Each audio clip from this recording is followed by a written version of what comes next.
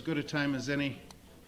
When speakers are in competition, they need as much focus as they can get, so I will join you in shutting off my own cell phone so we don't have any surprises. I'll have sign-in sheets. The few of you who are attending for extra credit, I'll have a sign-in sheet over here at the end of the function. If you should have to leave early or something, send me an email and I'll take care of you. Debate in this forum is, and for those of you who have been to public debates before, you know that we often do a vote before and after the session. In this application, we've decided not to do a vote before or after because the point is not to have a winner or a losing team, but to have the dialogue at all. And so if you're used to seeing us do a vote or expecting that, we're not doing that this time. We just want to open eyes to the concept of this question, that the United States might reintroduce and ratify the Equal Rights Amendment. The debaters before you do not necessarily have a side that they're on, and if they do, they may be arguing opposite that side, which is the nature of debate writ large. The investment of their personal time is what's at stake here, not their personal commitment to the topic, whether or not they're representing for or against this two-sided topic. At this point, I'll have the opportunity now to introduce you to our moderator, who will help to contextualize the greater discussion for us. Whoops, my notes are upside down.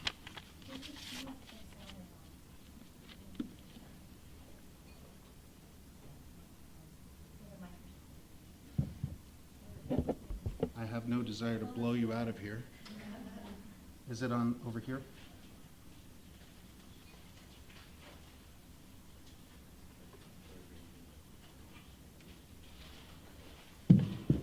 Now I think we've got you.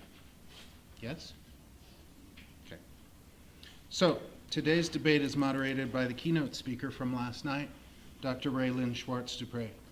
Dr. Dupre teaches communication studies at Western Washington University and specializes in feminist post-colonial theory, rhetorical studies, and visual communication. During her keynote last night, she discussed her current book project, Curious About George, which is Curious George, Cultural Icons, Colonialism, and American Exceptionalism. And it was a fantastic presentation. If you didn't happen to be there, you missed a good one. Dr. Dupre holds a PhD in Communication Studies in 2006 from the University of Iowa in Iowa City, a master's in Communication from 2002 at Wake Forest at Winston-Salem, North Carolina, and her bachelor's was in Women's Studies and Political Science from the University of Vermont at Burlington. So with that, welcome Dr. Dupre. And I hope I didn't just pick. Thank you so much, Andy. So I wanted to give a little bit of contextualization to the topic that the debaters will be debating today, which is the United States should reintroduce and ratify the Equal Rights Amendment. For those of you who are not familiar with the Equal Rights Amendment, or what is commonly referred to as the ERA, it's an amendment, a proposed amendment to the United States Constitution designed to legally guarantee equal rights for U.S. citizens based on sex. It was originally written by Alice Paul and Crystal Essman and proposed to the Congress in 1923. It was struck down. In 1960, with the rise of the women's movement, the ERA garnered support again and actually passed through the Congress, but ultimately to have a U.S. Constitution, 38 of the 50 states need to ratify them. And the deadline has passed. Nevada was the first to ratify the ERA. In fact, yesterday, or a few days ago, Illinois passed. Currently, in 2018, on the 46th anniversary, there are only 3 states left, or they need 3 more states left to ratify.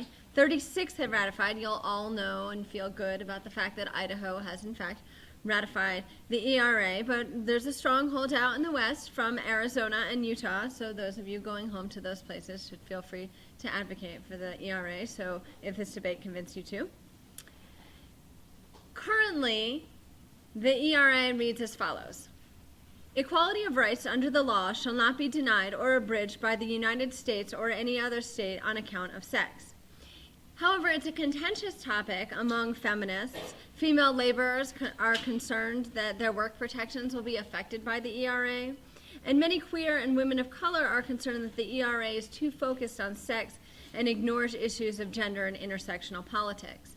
To my knowledge, this debate will focus on those sex-gender binaries that exist within the ERA. The forum that we are going to use today is what is commonly understood as the public forum of debate style. So each debater will provide their position in 5 minutes. So the affirmative is over here and the negative is over here. Then there'll be 10 to 15 minutes in which I will moderate questions from you to the different speakers, and then each speaker will give a 3-minute rebuttal. We have a great group of speakers here today. On the affirmative, Nick Growing is the president of the James M. and Sharon E. Rupp Debate Society here at ISU. He placed third in Division II team at the Phi Beta Kappa Nationals, and he's also a teacher at the Bengal Debate Institute. Connor Kortz is also a member of the ISU debate team and will attend the Bengal Debate Institute. He's an education major and third place at the Public Forum Debate Nationals. On the negative, we have Jack Bradley. He's also a member of the ISU debate team. He placed third in the Public Forum Debate at the Nationals. Jack is teaching at the Debate Institute. And finally, his partner here is Squid Monteith. Squid was invited as an expert guest to this debate and to this event. He is a graduate of Silver Lake High School, where he debated in both policy and LD. He's going into his third year at Emporia State University, majoring in education, speech, and debate. This year, he won the JV tournament at UMKC. He was awarded a CETA, which is the Cross-Examined Debate Association National All-American. He was the top speaker at Wichita State Tournament and is consistently breaking at major elimination rounds at national tournaments. It will also be his 6th year at the Women's Debate Institute, where he is a board member along with Sarah Piel and myself, which is where we had the honor of meeting him. He is the Director of Community Development, and we are so excited to have him as a special guest here. And the Bengals got you a little gift to show their appreciation. So with no further ado, I'm going to turn the debate over to the debaters, and I hope you enjoy their speeches. If they tend to speak fast, you can just kind of give them the slow motion, because debaters like to talk fast because they can fit more arguments into their short speech. So enjoy.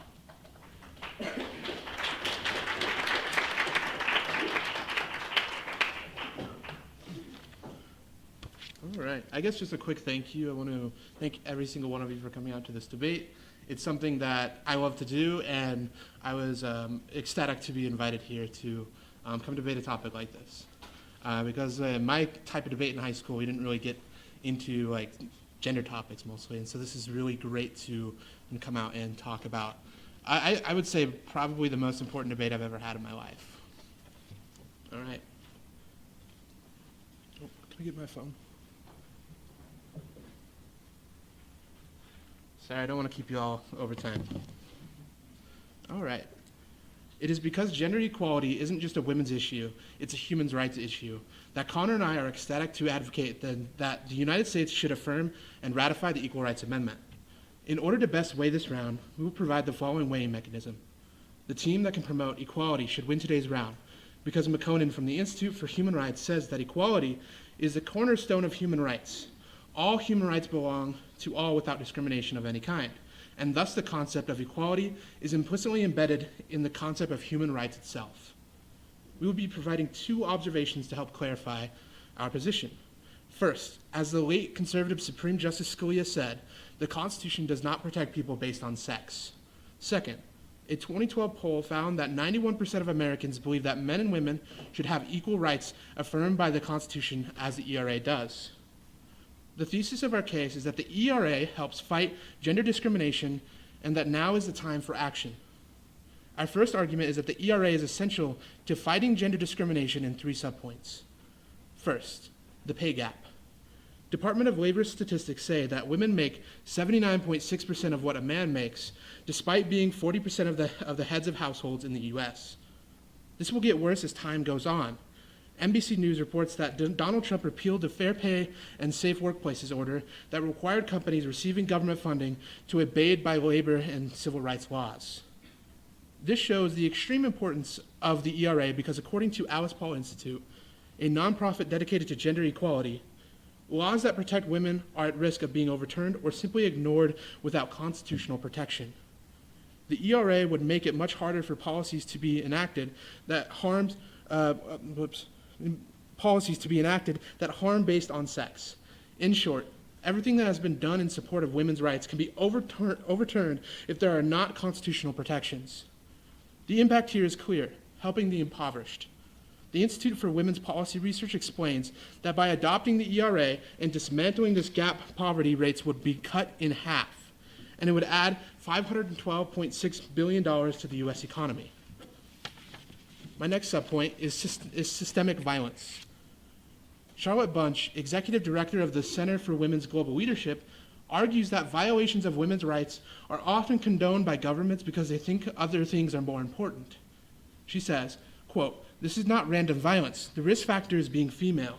The message is domination. Stay in your place or be afraid. It results from structural relationships of power, domination, and privilege. Violence against women is central to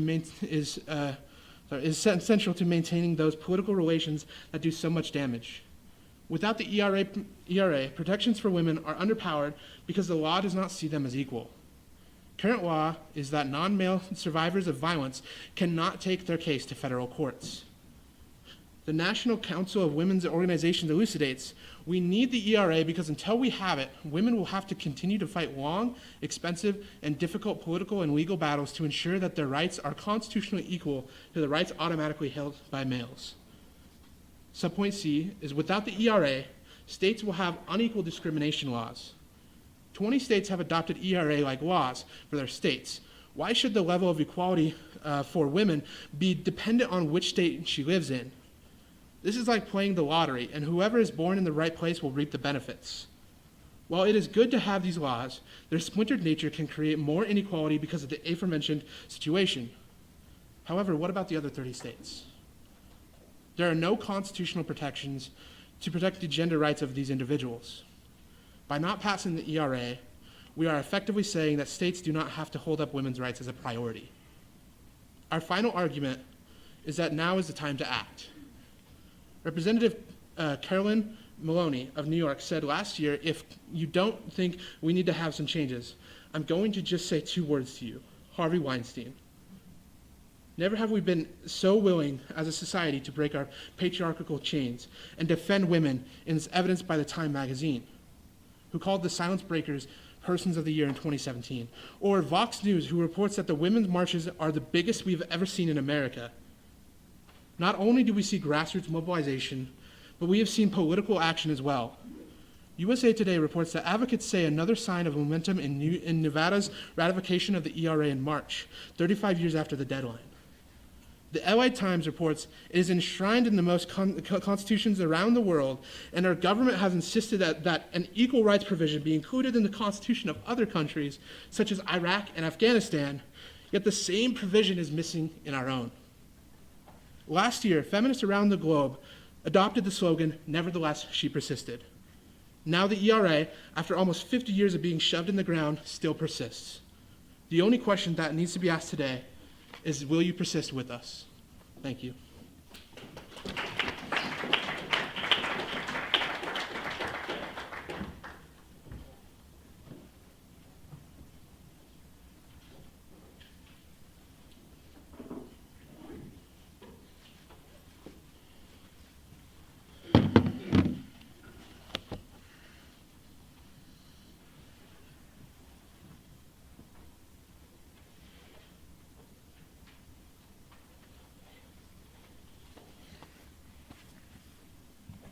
Everyone good?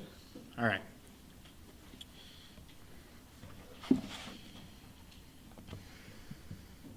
We negate the resolution. In order to weigh this round, we provide the mechanism of pragmatism. Squid and I provide a single contention for our case, which is a binary disadvantage. The Equal Rights Amendment, or ERA, explicitly states that the rights guaranteed by the Constitution apply equally to all persons regardless of their sex. The term sex creates a binary, male or female, and that's it. This discourse demobilizes responses to oppressions in the pursuit of some sort of truth. This focus divides political groups and leads to a polarization of politics and a seizing of revolutionary direction. Peter Nardi of Pitzer College explains that just because two sides of a story are presented does not mean there are only two sides and each side is equally balanced.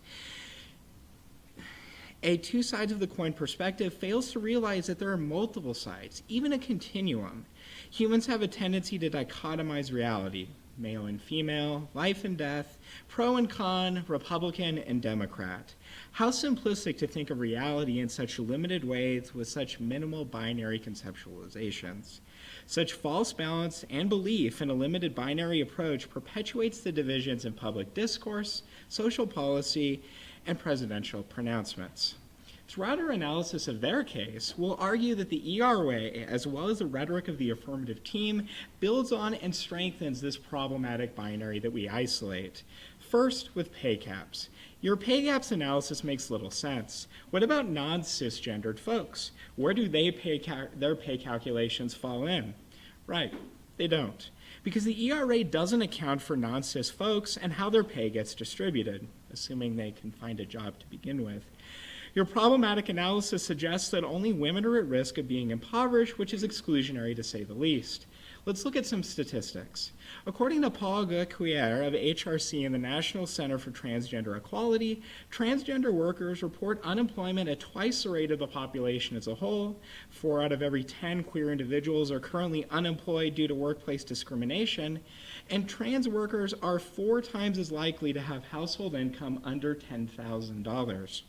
This is because a pervasive misunderstanding and hiring biases that are not resolved by legal changes due to their epistemology. Unequal access to health insurance benefits are not required under the Equal Rights Amendment, and there is an inability to update legal documents such as IDs and birth certificates in the status quo. The ERA doesn't resolve this and arguably makes it worse under a ruse of accessibility and legal protection. Second, with their systematic violence point. Quote from the AF's case, "The risk factor is being female." If the risk factor is solely a person's sex, then how do you explain how gendered violence occurs? Right, you can't, because the ERA precludes that analysis, meaning you are always going to default looking between someone's legs or at their documentation in order to determine their sex and where they fall into this instance of contingent violence. We're turning this page. Their ideological justifications for basing discrimination off of sex is one that actively seeks to exclude non-cis folks. This means that under the affirmative, non-cis folks are further discriminated against because of the structural determinants of our sex that we have no control over. That's net worse because gendered violence can manifest itself in ways outside of sex, such as psychological violence, due to internal confusion caused by outside prescriptions of sex equaling gender. And the female body trope is used to exclude trans women in discourses about AFAB people. This reentrenches patriarchy because it reduces womanhood to sex. Mabruja in 2015 explains that the idea of a female body is usually assumed to be a cis woman's body. There is no singular female body, and feminist movements are not doing justice to protect trans women's bodies. And finally, let's look at their point with unequal laws. This is something they absolutely cannot solve for in the world of the affirmative.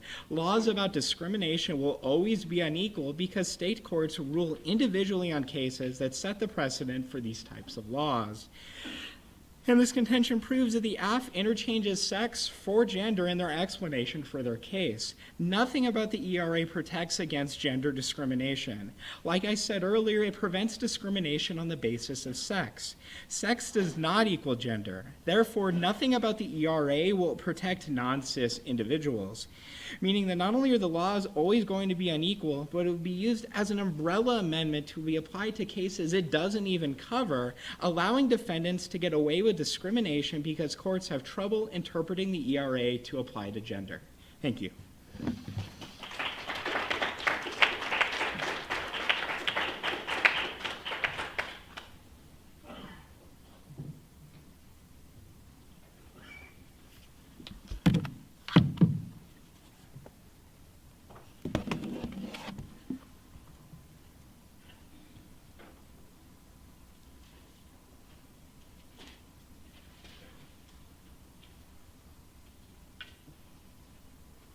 Before we begin, I'd just like to give some thank yous to everyone who came out to watch. It's really awesome. I'd like to also give a big thank you to Jim DeSanza.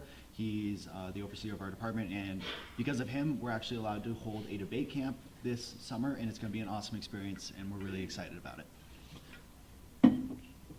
All right, now if everyone's ready, my timer is set for 5 minutes. As a real quick overview and some clarification, if I can show that the ERA does help non-cisgendered people, my opponent's attacks on my first and second arguments fall because the assumption at play is that it does not. Well, this is false, because sex does not create a binary under United States law, which the ERA would actually apply to. CNN reports in 2017 that there is already a precedent set by the Departments of Justice and Education that the definition of sex under Title IX applies to transgendered individuals. That means the same interpretation would apply under the ERA.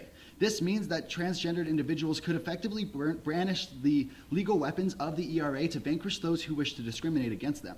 Justin Yang from UPenn explains that, quote, having the ERA along with the Equal Protection Clause would just strengthen the constitutional protection for trans individuals. The American Civil Liberties Union also explains the Equal Protection Clause can only do so much, and that the ERA would help to solidify the rights of those who are non-cis. Now, let's talk about the problematic binary they mentioned. We will have 3 main responses. The first is that keep in mind what I just said. U.S. legal precedents do not reflect a binary. The issue my opponents explained would be helped by the ERA because there would no longer be the legal power binary between men and those who are not male. And second, since we are helping American citizens who are marginalized, we should not be as concerned with the binary language used, especially if it's not actually used in a binary. And third, turn this argument against my opponents because they're creating a binary between gender and sex. Since the negative team advocacy is that we should not create binaries, this evidence should actually work against them. This is because they create a binary by focusing on the distinctions between sex and gender when United States law does not see a distinction between those, creating a binary and turning this argument against themselves. Now let's go into the specifics here. Starting on my first argument with pay grabs, I have 5 main arguments against them. First, reapply the overview I gave you at the very beginning. You are going to turn this argument against my opponents because we proved that the ERA will actually help these marginalized individuals. And second, it is already illegal to not hire a transgendered person just because they are transgendered. That's what Title IX says. The ERA would only give these people more power for a legal battle in court. And third, let's take a second look here at this in a larger context. My opponent is saying that we should not enact the ERA because it does not help anyone. But if you vote on the side of my opponent, we don't help anyone. Notice that nowhere in this point does he attack the merits of the argument, meaning that they concede that we do actually help every female in the United States. Keep in mind that we say major impacts here, including cutting poverty in half and adding $500 billion to the United States economy.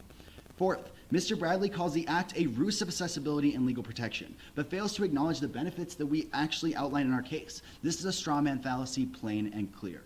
And fifth, there is always time for more legislation. Passing the ERA would help non-cis folks more than it would harm them, and we still have time for other bills. Now, let's move on to systematic violence. I have 5 main arguments here as well, but I'd like to clarify something. The reason why we read in our case about the risk factor being female is because we did not want to misquote our author. The point is only to prove that it is hard for those put down by the patriarchy to stand up. We need the ERA to help those who do not fit into patriarchal norms. Now, let's go into the first of the 5. Keep in mind that our argument is critiquing gender roles here throughout our entire case. In the second half of our second argument, we explain that gender roles are bad and that the ERA can help bring them down with policy. Now, second, in this argument, we're trying to prove that by not being male, folks are forced to submit by the patriarchy. Keep in mind that when at the top of our case we say that there is currently nothing, let me repeat, nothing making men and women equal in the Constitution, the ERA would go a long way in solving this. And third, currently those who are not male and are not allowed to take issues of violence to federal court. Simply allowing the rights to court would be such a large step as well. This is what the ERA can actually do. And fourth, why should those who are not male have to fight for equality rights in court? This is something that should have been enacted after the suffrage movement, and even in the 1960s. We can do right and by enacting the ERA and let these issues not stop progress. And fifth, when my opponents read their evidence about the female body trope, we completely agree with the issue that is being raised. However, when we weigh the impacts, we can see that having more justice in our court system for victims of rape, abuse, and assault is more important than the false binary that is created. Now, finally, let's address unequal laws with 3 main arguments. First, the ERA would be in the Constitution, meaning that is the ultimate law of the land. My opponents try to say that the precedents created in different states would adjust this, but keep in mind that those adjustments have to be made in federal court. And keep in mind that the federal court system is currently inaccessible by those who are not male. And second, turn this argument against my opponents because the status quo is what they explain. And the only way to help these shattered precedents and laws is to unite them under the Constitution with the ERA. And before I finish, I'd like to give a two worlds analysis. In the world of the negative, nothing changes. We stay in the status quo and sit on our hands. Pay gaps shorten at a slow rate, victims are given no more legal power to bring justice, and keep everyone's rights how they are right now. On the affirmative, we see that we can decrease pay gaps quickly and boost our economy. We can give victims the legal recourse they deserve, and we can stop the birth lottery that determines a woman's rights based on where they live. Thank you.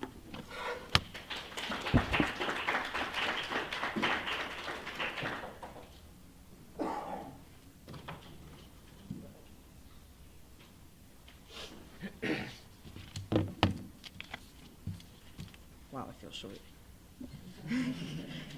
I'll just leave them there.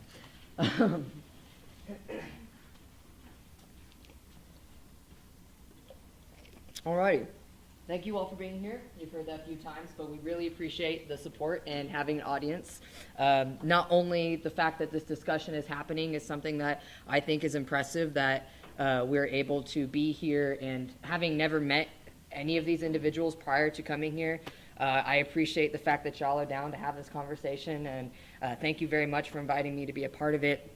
And thank you all for joining us while we talk through some of these often conversations that are not talked about. Real quick, I'd like to send a huge thank you out to Sarah PL, who has personally done a tremendous amount of labor, not only for this conference, but for getting all of us here, so thank you. Your work is appreciated far more than I think that we can express, so thank you very much for everything you do. Alrighty, and with that, I'm going to be talking about this binary DA. Alrighty, so first, allow me to explain what a binary is. So in the context of the Nardi evidence, a binary is where we are forced to choose between one position or the other. It's not solely the fact that we are dividing two categories, but rather that there is a decision that has to be made between the two categories as to which one you locate yourself within. So I'm going to flip the order of what they did in their responses. So their third response that they had brought up to this disadvantage was that we are creating the binary here.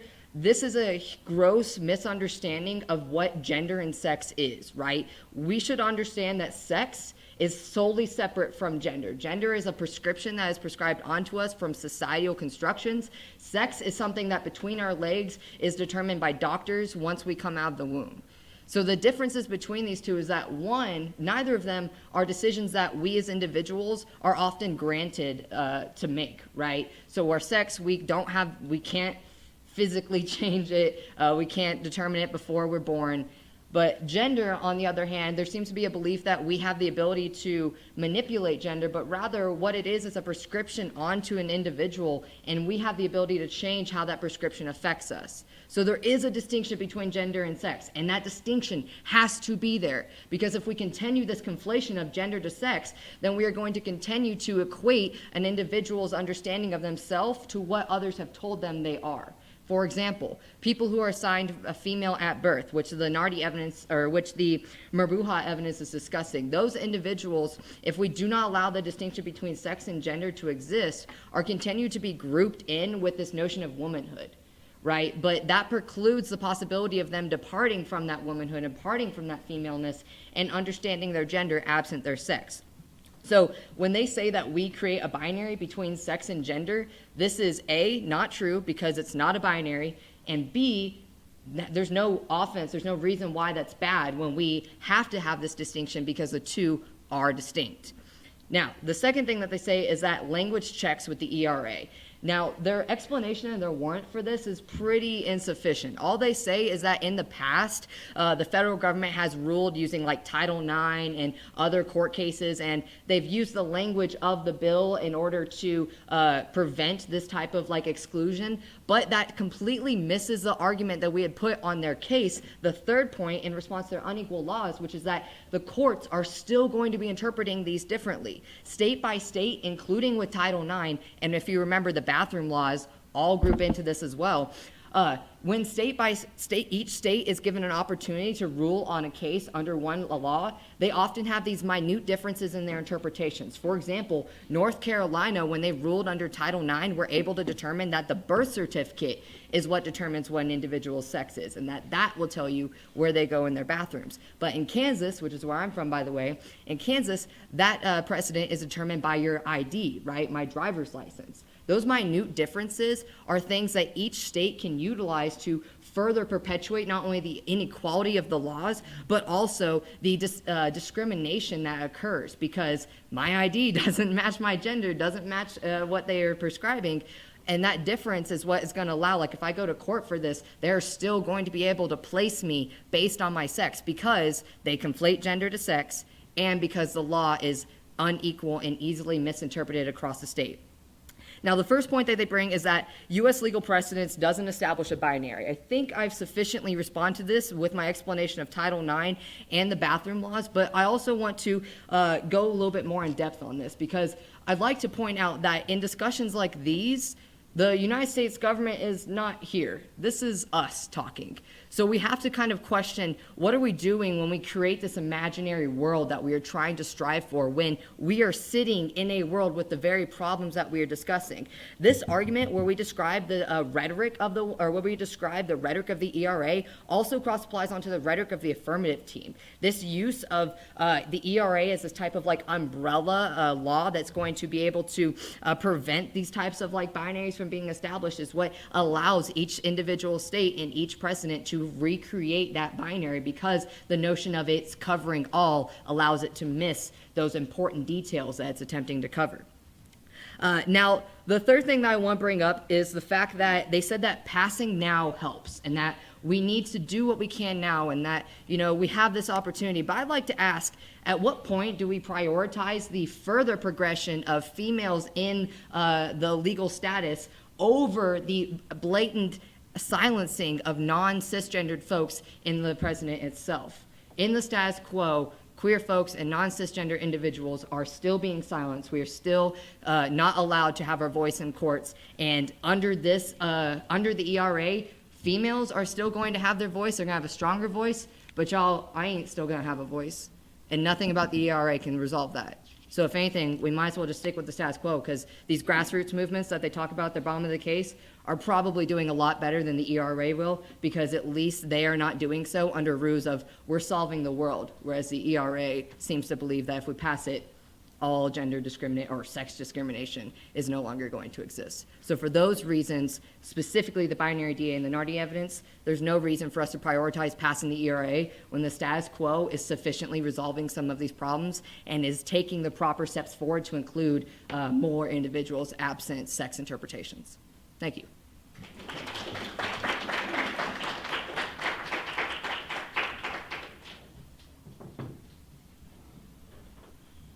Thank you. So for the purposes of live stream, I'm going to stay up here and repeat your questions just so that our online audience can hear them. Is there anybody who has any questions for any of the debaters or positions that they want some clarification on? Yes, sir. This is actually maybe for both, but mainly for the con team. So you, from my understanding, you want to get rights for all. You want the ERA to include all genders, like male, female, transgender, gay, lesbian. But yeah. So you want that to include. But it sounds to me like you actually, I mean, you want to include it or reword the ERA, but you want to exclude the ERA in a sense. So how do you change the wording to include all rights for everybody, equal rights for everybody? So the question is generally, would you like to reword it or would you like to see it demolished? What is your position in relationship to how the ERA should proceed? Right, so I appreciate your question. So the main argument that we're going for here is that the ERA would make the world net worse than what the status quo is now. So as to whether or not we propose any rewordings or changes to the ERA itself, that's not necessarily something that we're advocating for. Rather, as a negative team, we take the position that the status quo is going to be better than the world with the affirmative due to the fact that the wording of the ERA is so problematic. As to whether or not there should be a rewording, I personally believe that if we want to have this notion of equal rights, that we should understand that it's not solely based on an individual's sex in which they are discriminated on. And that could be something that the individuals who actually wrote this, or even the affirmative team, could try and work on. But for us, it's just not good. it's not better than where we're at now. Thank you. Just a follow-up to that, sorry. Sure. So another thing you said, I believe it was Josh, you said. Jack. Yeah, sorry. That's all good. So you said like there are rights for transgenders, and then you argue that putting it in the Constitution, like putting the ERA in the Constitution will make it an amendment. I believe that was, I'm not sure if it was Protein who brought that up, but pretty much, and this is for both teams then too. So I have a professor for my class. She is a transgender, and she is transgender. She's she. Okay. Anyways, she talked about her trans and stuff, and like going from male to female. And one of the things she talked about was her job at AT&T and the discrimination she faced at AT&T. And they are ready to fire her. They either gave her the choice to be fired or transfer to Arizona from California. And that was her choice. And she didn't have any rights to back that up to protect her. And so for both of you, wouldn't it make sense to reword the Title 14, the ERA? Wouldn't it make sense to reword it to include all people, including transgender, gay, lesbian, female, rather than completely abolish it? That way they do have more rights under the So before you answer this question, I just want everybody in the room to understand that the positions that these individuals are taking in the debate are not necessarily their personal positions, but are ones that they have been assigned by the nature of the conference. And so I believe the question, and maybe in the interest of time, we can just go with a yes/no answer. Would you like to see the ERA rewritten?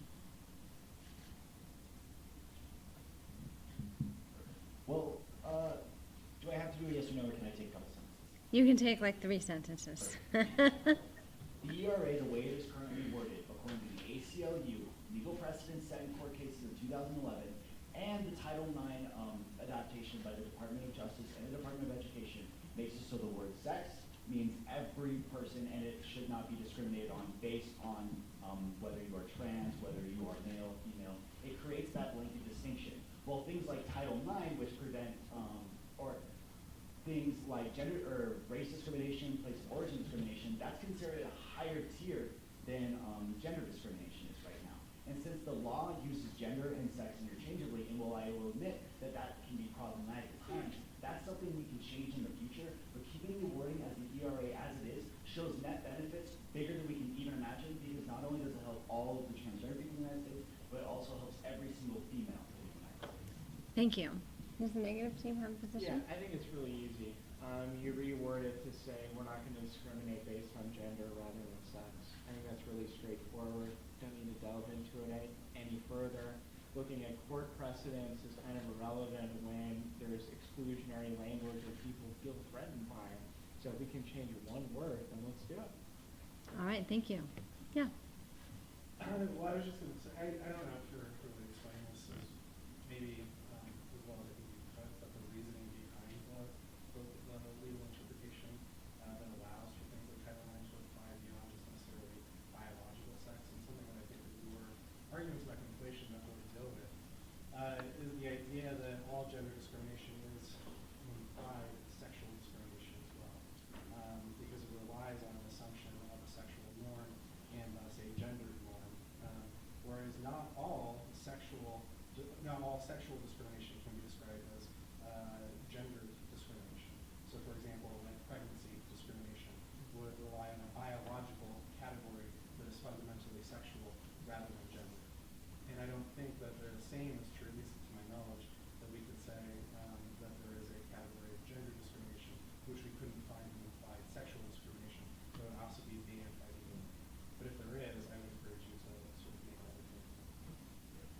Great, thank you.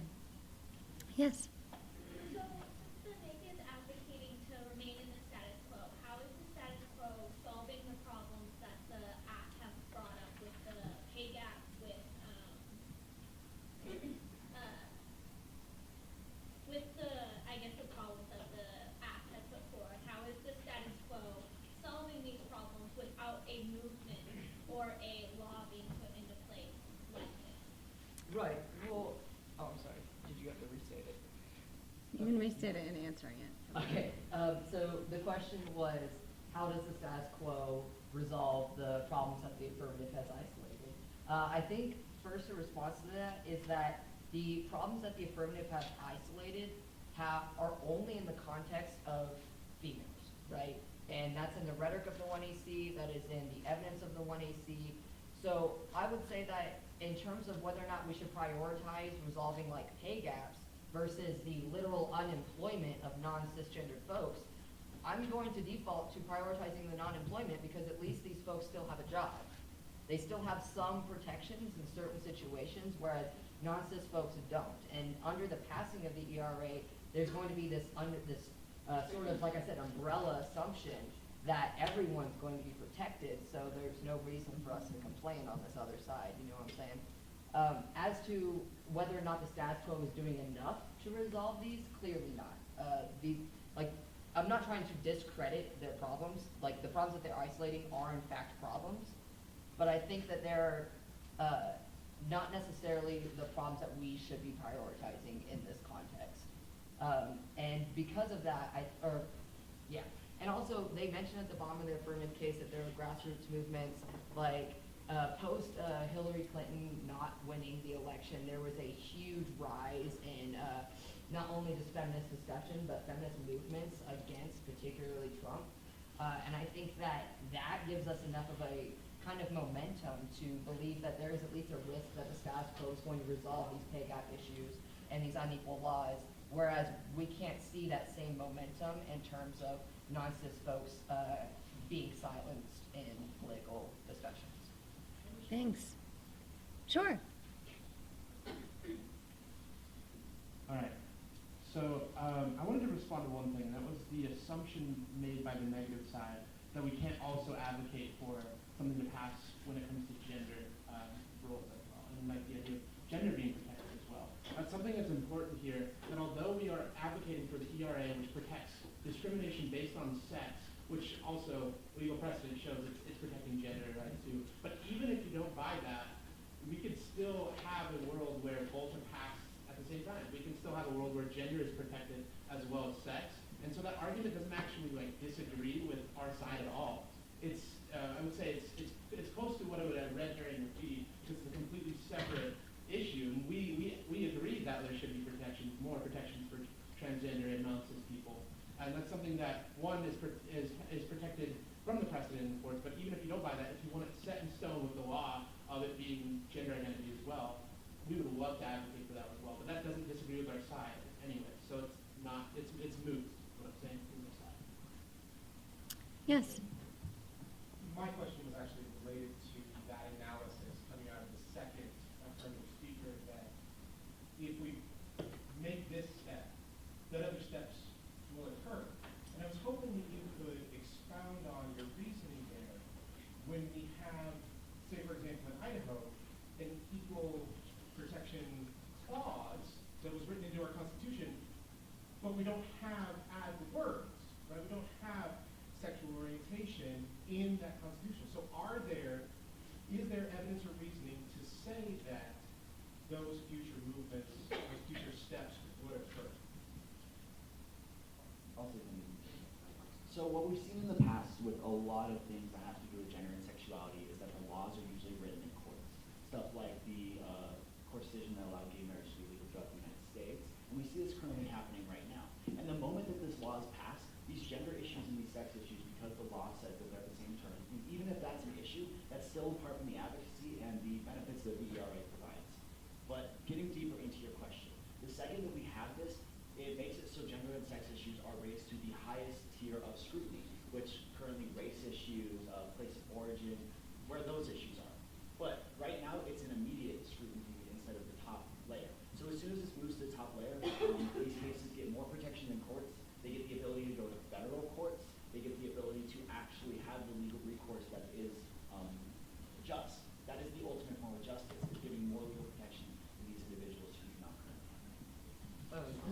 Thank you. Real quick, and just say historically that after we pass a law or amendment that attempts to establish equality, after that there is less of a movement because everyone thinks that the problem has been solved. And I think that the example of the gay rights of gay marriage being legalized is a perfect example of that, because after that happened, we were all like, we good, but that's not quite how things work. So. Yeah, that's exactly what our Nardi and 17 evidence. Hold on 1 second. That's exactly what our Nardi and 17 evidence talks about, right? Which their response is completely doesn't respond to it whatsoever. When we literally say that when you have this binary and have this creation, that that's it, and revolutionary responses aren't going to happen anymore. It's immobilized. Okay, one more response. So I think, first of all, I disagree with that statement. The idea that gay marriage solved the issues and everyone's not fighting anymore. The LGBTQ plus movement is rapidly growing every day. I mean, it's increasing. It's getting stronger. And I think that's something important that when you pass something, it actually provides momentum for a society. And I think that's where I fundamentally disagree with the idea that once you pass something, everyone agrees. And in addition to that, yes, after gay marriage was legalized and that goal was achieved, there wasn't as much discourse about gay marriage, but I personally have seen much more about the rest of the LGBTQ community after the passage of the Gay Marriage Act, because it was no longer that one focus, but the focus can actually be different objectives. So we're running out of time, but I'd like to ask one question for each of you. It was interesting to me watching, as we often do, politics, to see 4 individuals who don't identify as females debating topics that predominantly deal with female issues. And I'm wondering, in reflection, if you could just speak to how you understand your position as representing a constituency that perhaps you may or may not identify with. Yeah, so actually I originally asked 2 of my former high school debate colleagues that were both female and who are powerful people in the ISU community, but unfortunately scheduling didn't work out. So I was actually not supposed to be in this spot. I was supposed to be either Katie Damon or Christine Mottet, one of those people. But they just had scheduling issues we couldn't get around. And so it's kind of funny that yes, it is people who don't identify as female. And I've considered myself a feminist for a very long time, and I've been made fun of it for it, but I've stuck with it because I know that if I'm being made fun of, if I'm being picked on, it's usually a good thing, I would say, right? As someone who's willing to, I guess, give up part of their masculinity, someone who sees things like gender as a spectrum, where I consider myself a slightly more a feminine man, that I can still come up here and help be with the feminist movement and help legitimize it more and more, because I think it's important for obviously women to take the lead, because there's not enough representation in like politics, for example, and in business CEOs. But don't forget about us over here just saying like, you go and I support it and I want to be a part of that movement, but it's funny, like, trying not to overtake people's spots, deserved spots in the feminist movement. Thank you. I'm going to make my answers short and sweet. Women's rights are human rights. Transgender rights are human rights. This is simple. It should not be this hard for our world to understand that these issues are bigger than we can even imagine. And in relation to the topic, that there's not equal protection for men and women in the Constitution, to me is mind-blowing, especially when required of other nations. And when I sit here today and I think about it, I don't think that I am off kilter in any sort of way by advocating for women's rights, because that's what a stand-up person would do. Because that is what the just person would do. Thank you. I would say from our perspective, we're raising awareness about some, serious shortcomings of the Equal Rights Amendment, and as a straight white male, yeah, that's not something that's largely going to apply to me, which is one of the reasons why I'm the case reader up here presenting these arguments to allow my partner to expand on them in a more meaningful way. Right, so I may have alluded to this during my speech a little bit, but I'm pretty queer. I was, for the first 14 years of my life, people kept calling me her and identifying me as a female, and I was like, what are y'all doing? And then, so I think that kind of forced me to have a unique perspective. Like, I was forced to be lumped in with womanhood and femaleness and, femininity, and that was something that for a few years I tried as hard as I could to depart from, because I was still operating under this assumption that it's, men, women, so I was like, I'm gonna go be a man. But that, bad idea for me. So I guess kind of where I come from in terms of these kinds of discussions is that this really does mean a lot to me, because being a queer individual and being a debater, I understand that these political conversations are so important, especially because these are the opportunities that we have to speak the language of those who make decisions for us. And for the first 15 or so years of my life, they kept making the wrong decision for me. And so I guess where I come from is that this isn't just something that doesn't apply to me. This is something that, like, if I were to try and press my current employer on discrimination based on the fact that I was queer, I would likely lose the case, because she's a cis white woman. And under the court precedent, we are the same. And they're unable to recognize the differences between our positionings because of that type of homogenization that occurs. So something like this actually means a lot to me, and something that would affect me outside of this round or outside of this space, and affects me every day. So these types of conversations I really appreciate being a part of, and in no way trying to keep the cis folks out. No, we all need to be here. We all need to talk about this. So that's kind of where I come from. This is something I have to deal with every day. These type of conflations are things that result in internal psychic violence for me, as well as physical violence that I just think that individuals shouldn't have to put up with. Great, thank you so much for the audience participation as well as the debaters. So now we have the opportunity to have 3-minute rebuttal. So each debater will give a 3-minute rebuttal, and at the end, my hope is that you will have learned something. Perhaps your perspective will be opened, challenged, enlightened, perhaps maintained. And there won't actually be a winner and a loser, but I'm going to turn the debate back over to the debaters.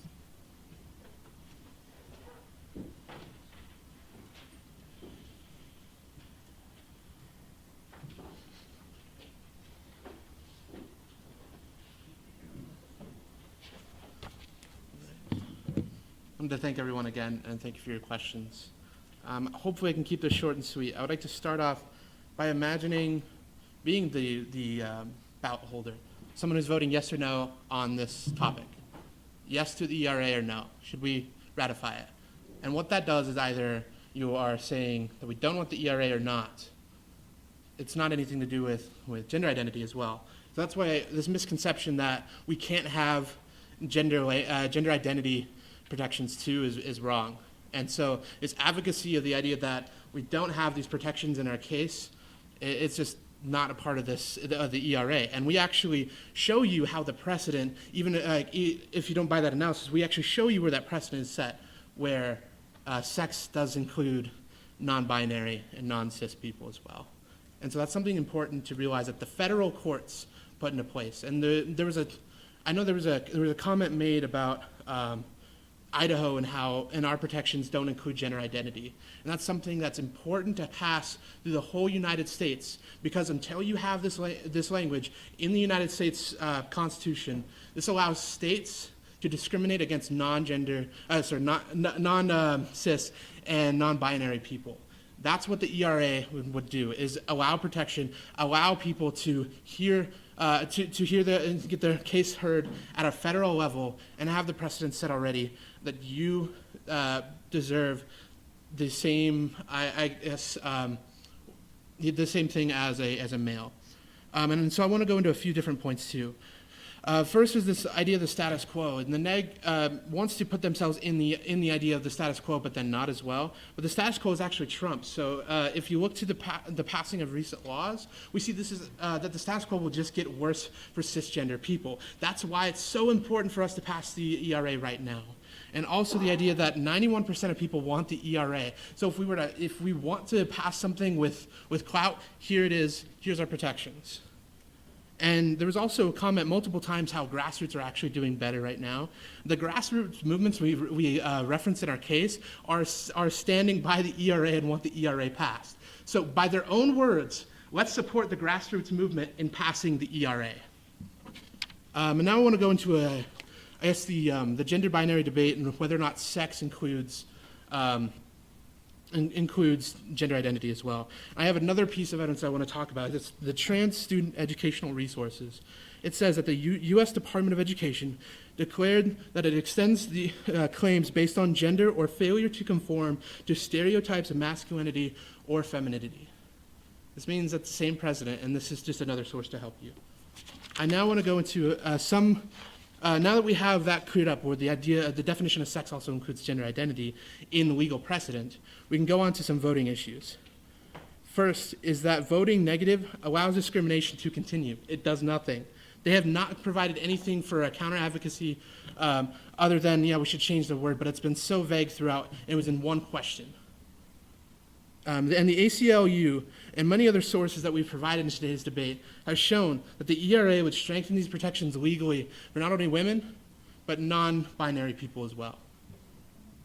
So overall, what you can stand for is someone who's protecting not only women, but transgender, non-binary people, but also providing something that's so popular right now, it would provide better movement in the future. Thank you.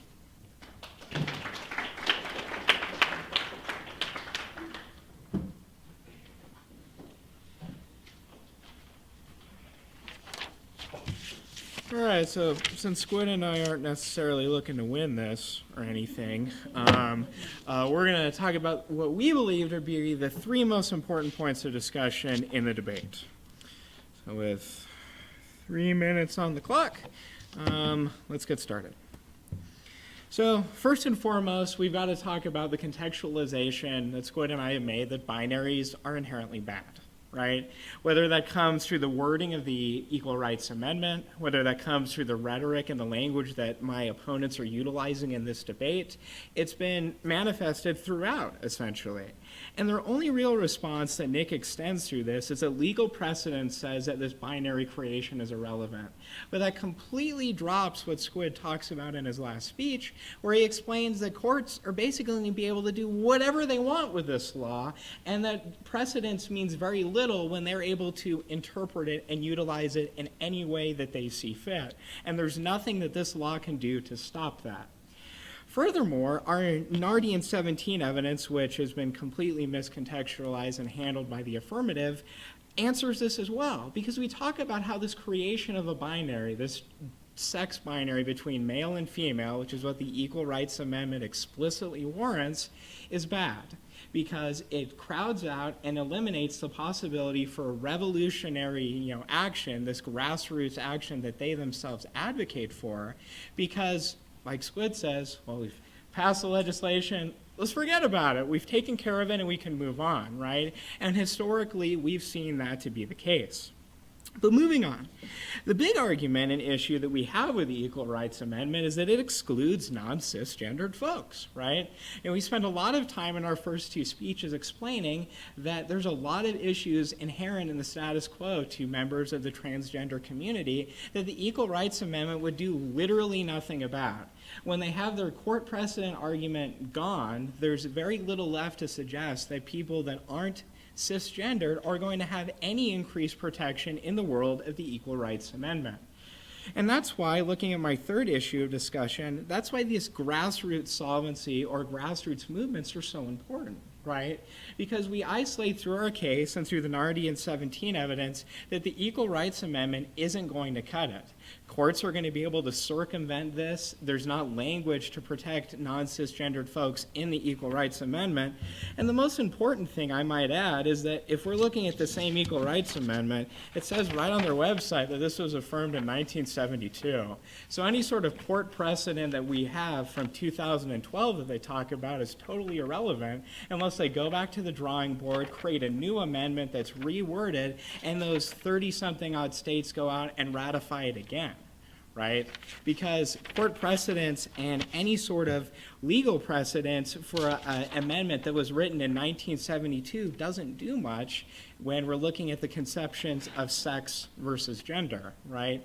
All of that new rewording and new approach to that has got to be rewritten into the law, and that's what we've got to do. Thank you.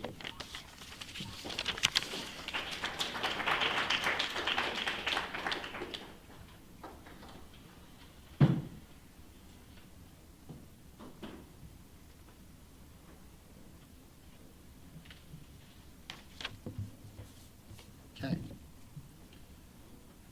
Just another short round of thank yous. I'd like to thank everyone who came to watch today, and again, our amazing coach, Sarah P.O. We did an amazing job of thanking her, but there's not enough thanks we can give for all that she does. Is everyone ready? Perfect. I'm going to start off on a couple points of clarification before I go into the major discussions we're having in today's round. First off, the ERA gives protections under the definition of sex. My opponent tries to come up here and explain that this precedent doesn't work, but that's just one of the many precedents we provide you. We tell you about the 2011 court precedent, as well as the letter sent by the Justice Department and Department of Education that defines sex as including gender and non-binary individuals, meaning that this law would grant them those protections under the definition of the word, which means that it doesn't matter if this law was introduced 35 years ago, the precedents that were set would still apply to it. Now, let's go on a little bit deeper, and let's talk about how we give you the 2011 legal precedent, we give you the Justice and Education Departments, and we also read you evidence from the American Civil Liberties Union, all explaining that our position on this, that our stance on this issue is the right one. Next, let's talk, gender and sexuality issues are oftentimes determined by the courts. And this means that it's currently transforming, and that's what the ACLU says as well. These laws are currently transforming, and trying to say that we should not have an advancement just because it doesn't include everything makes no sense. It's better to have $100 than to have none, even if your goal was 1,000. Also, they talk about grassroots movements are better, but the grassroots movements that we talk about in our case, their goal is the passing of the ERA. That is their ultimatum, because it's been such a hard thing to accomplish. And not only that, but the ERA does not enforce a binary. It creates a line by saying that everyone's equal, because currently men are up here while everyone else is down here. The Equal Rights Amendment is the one step we can take to evening the precedents, evening the amount of importance in the court systems between men and women, destroying the binary of power that is more influential and more harmful than anything else. Now, let's go on to some major discussion reasons why you should be preferring the ERA passage in today's round. The first is that the status quo does not solve. We can. We give you examples with pay gaps, where we explain that $500 billion we add to the economy and poverty would be cut in half. Not only that, but we talk about the increasing of legal resources to all of these people. And we talk about how it will stop the repeal of women's rights acts as the status quo is producing. Keep in mind the analysis that my partner makes in his last speech. Donald Trump is the status quo. Donald Trump wants to repeal women's rights laws. The ERA would stop that from happening. Now, let's also talk about how, let's go on and let's talk about transgender rights in the United States. First off, the issues that they raise are illegal right now. Not employing someone because they are transgender or trying to fire someone because of their gender or sexuality is completely illegal. The ERA would only give those people more legal power and bring it to the higher level of scrutiny that race conflicts are dealt with, meaning that these people will actually have the ability to go after the people who have been disproportionately abusing them with this power that they have. And finally, let's talk about equality. We tell you at the very beginning of our first case that equality is so essentially human rights. If this law brings everyone to the level of power in the legal court system as men have, that is the literal definition of equality. So I ask you to stand today with the ERA and to never stop persisting. Thank you.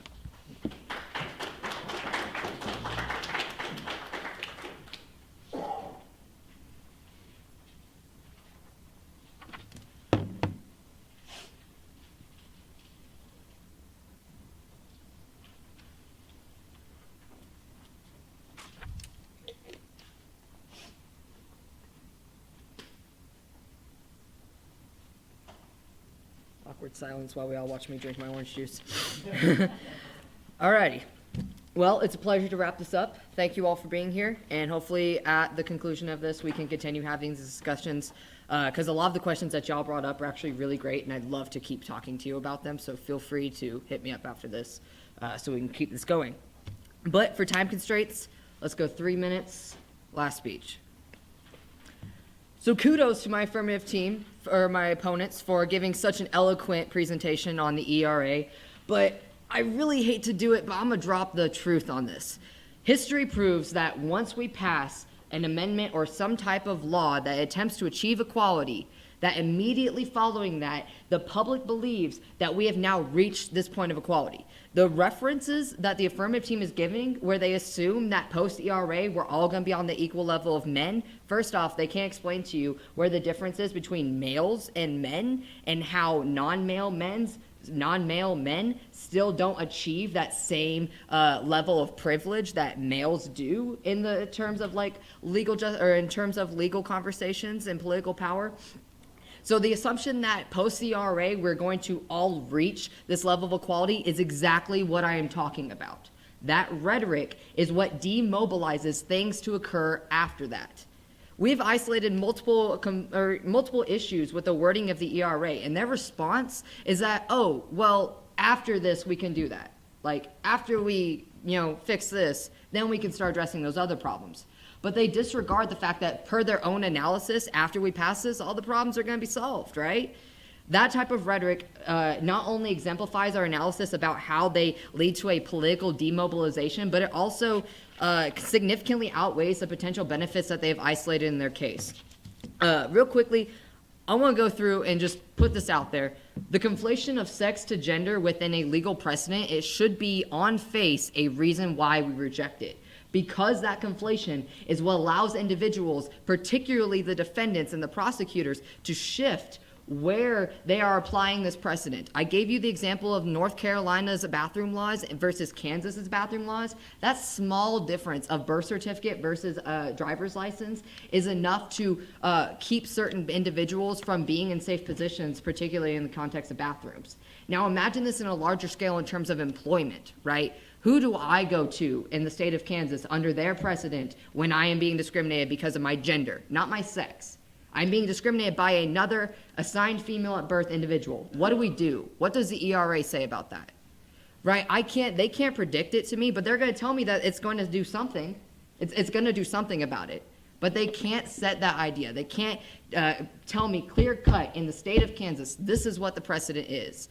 That type of gray area is a reason enough why we shouldn't be assuming this optimistic ideology surrounding the ERA, because that very optimism is what's going to turn around and bite us in the butt because we think all of our problems are solved. We got the dogs in the pen, but wait, we left these three out here because we keep conflating gender to sex in our interpretations.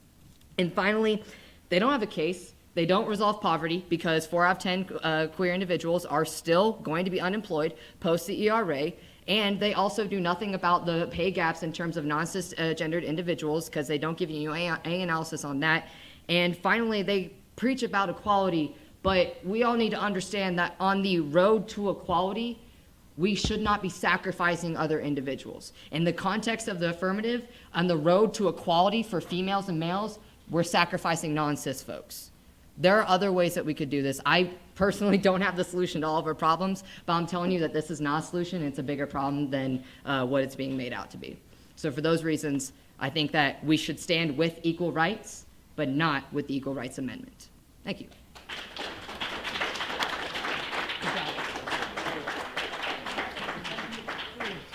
Thank you, great.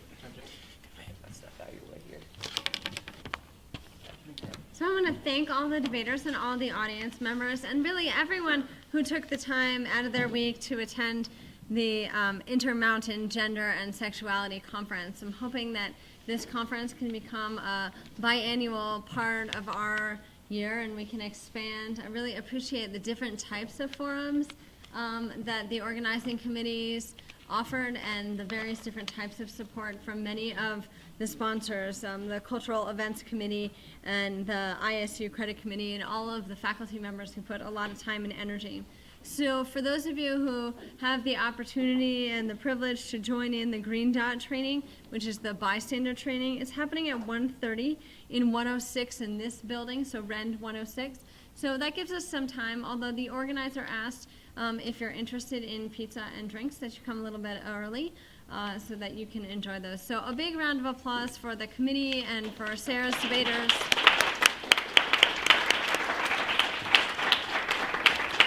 Thank you.